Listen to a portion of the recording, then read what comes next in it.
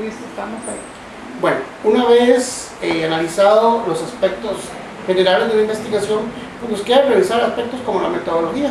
La metodología de la investigación no es nada compleja.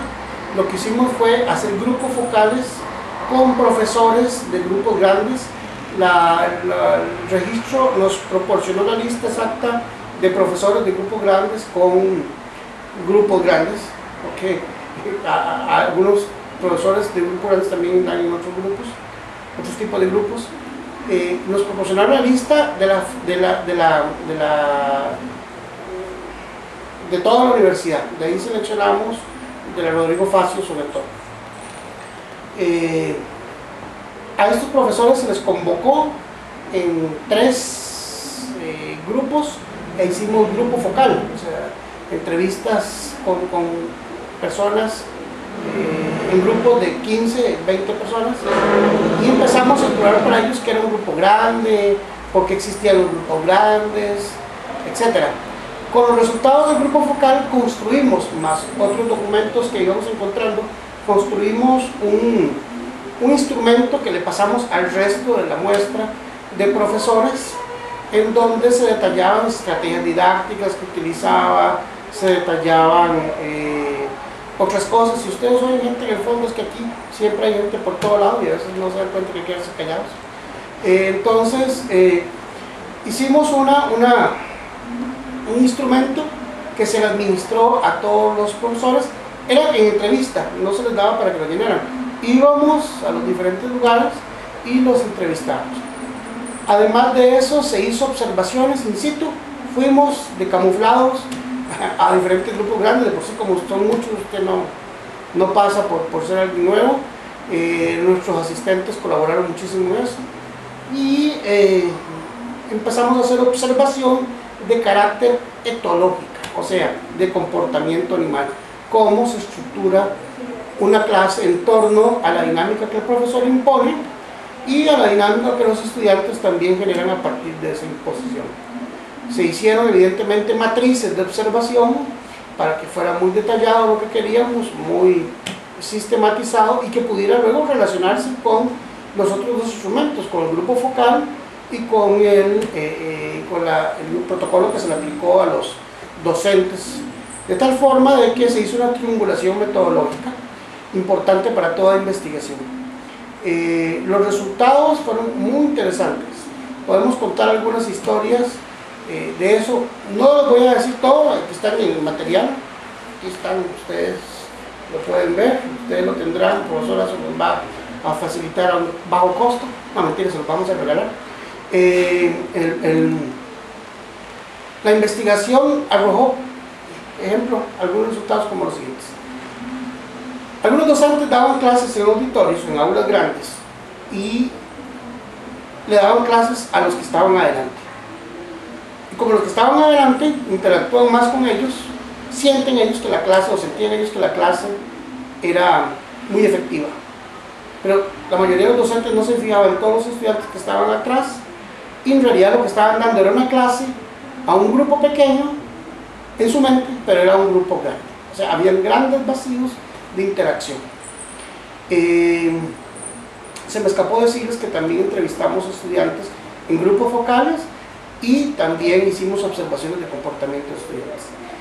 Continuando, otro resultado interesante, les decía que un buen porcentaje de los profesores de grupos grandes o numerosos, para no repetirlo, son profesores a tiempo completo y en propiedad, lo cual les impide poder planificar la clase. La mayoría de ellos decían que no la planificaban, la mayoría de ellos decían que no trabajaban con la retroalimentación que tuvieron del grupo anterior, la mayoría de ellos decían que se ajustaban a visiones de cátedra, o sea, hay una cátedra de 5, 6, 20, 30 profesores que se reúnen para trabajar estos grupos y que básicamente lo que la cátedra dice es lo que ellos suelen hacer, un poquito mecánico el asunto. Tenemos profesores que utilizaban, ven, hasta tenemos un teléfono en el fondo, tenemos profesores que dan la clase de forma muy tradicional. El 80% de los profesores dan la clase de forma tradicional Hay un 20% de profesores, sobre todo en ciencias sociales y humanidades, que han empezado a dar la clase de formas más dinámicas, diferentes a la clase magistral que ya todos conocemos. La mayoría de estos profesores de grupos grandes no han sido formados para dar clases en grupos numerosos, y hay diferencias pedagógicas para dar clases en un grupo y otro. Ellos decían que ellos nunca habían sido formados. La famosa clase magistral, que consiste en dar algo así como una buena prédica, una homilía en donde el estudiante no participa, se diferencia de la clase positiva donde el estudiante sí participa.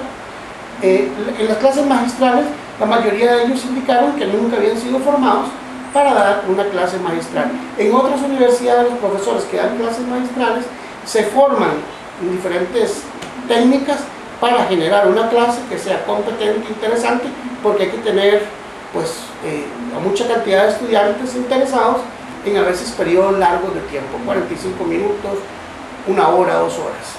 En Costa Rica, en la Universidad de Costa Rica, tenemos clases magistrales de hasta 4 horas.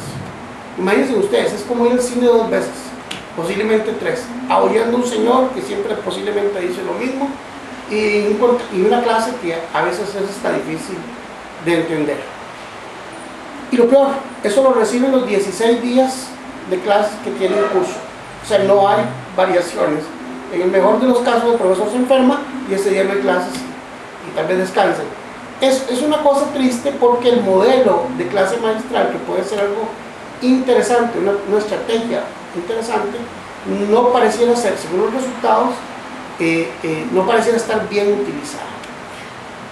Se encontró un incremento en los docentes en el uso de tecnologías de la información y la comunicación que les permitía pues, mejorar la clase.